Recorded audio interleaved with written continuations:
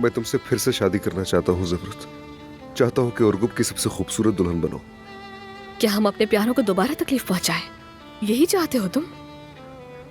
देखो, हमारी मोहब्बत सिर्फ हम दोनों को ही नहीं बल्कि सबको तकलीफ पहुंचाती है। ज़बरत, हमारी मोहब्बत हमें और हमारे प्यारों को बचाएगी।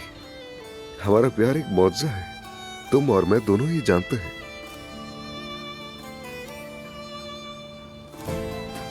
बहुत खूबसूरत मोहब्बत थी हमारी, लेकिन अब कुछ नहीं है।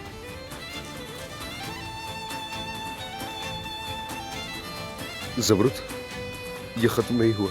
देखो, मैं हमारे रास्ते में आने वाली हर रुकावट को रोकने की कोशिश कर रहा हूँ और मैं दानिया से तलाक भी लेने वाला हूँ। वो सब खत्म हो चुका है, बस एक रुकावट बाकी है, वो तुम्हारी जिद। लेकिन मैं तुम्हें भी मना लूंगा, चाहे तुम जितनी भी मुश्किलात पैदा कर लो ज़मरुद, लेकिन हम दोनों एक दूसरे के नसीब में लिखे हुए हैं।